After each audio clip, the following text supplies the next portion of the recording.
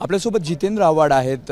बीड परभणीवर आज मुख्यमंत्री उत्तर देणार आहेत। 11 वाजले आहेत। अपेक्षा आहे आज तुम्हाला जे योग्य आहे किंवा अपेक्षित आहेत ते उत्तर देत नाही आहेत, म्हणजे देत आहेत पण कधी देतील मला माहित नाही। त्यांनी काल मला शब्द दिला होता, मी त्यांना प्रश्न विचारला होता की तुम्ही कधी उत्तर देणार, तर त्यांनी मला सभागृहात सांगितलं होतं मी 11 वाजता उत्तर देणार, पण ते काय 11 वाजता उत्तर देतील असं मला दिसत नाही, कारण का औचित्याचे मुद्दे घेतलेत 11 वाजता।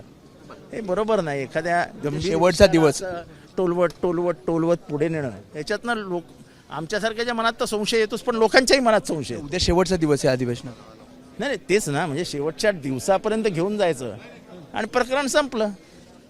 कल्याणचं एक प्रकरण समोर आलं, मराठी अमराठी वाद, जिथे मासे तुम्ही खाता, तुम्ही घाणेरडे आहात। आपण मटण खातो हे सांगायला लाजतो। मी जेव्हा म्हणतो की मी 365 दिवस खातो, तेव्हा टिंगलटवाळी करतात लोक, ह्या काही बोलतो। अरे ते आमचं खाद्य आहे ना, ते आमची संस्कृती आहे। खाद्य संस्कृती ही माणसाची ओळख करून देते।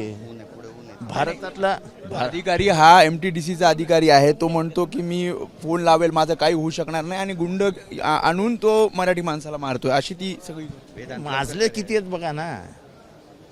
मी मराठी मातीची ओळख करत असताना नेहमी सांगतो की या मातीवरती ज्यांनी पाऊल ठेवलं तर कोणीही असो, तो कधीच उपाशी झोपलेला नाही। तो कुठल्या काय करायला हवं, काय करायला हवं, कशा प्रकारे कारवाई करायला हवी। लोकांना कळलं पाहिजे काय होऊ शकते असलं बोलल्यानंतर। लोकांना भीतीच राहिलेली नाही आहे।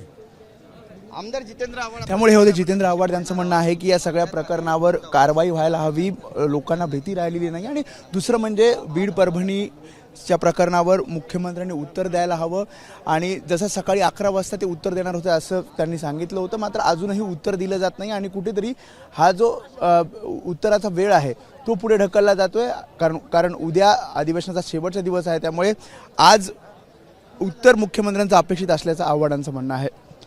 कॅमेरामन अरविंद वारगेसह मी वेदांत नाईक, ABP माझा, नागपूर। ABP माझा, उघडा डोळे बघा नीट।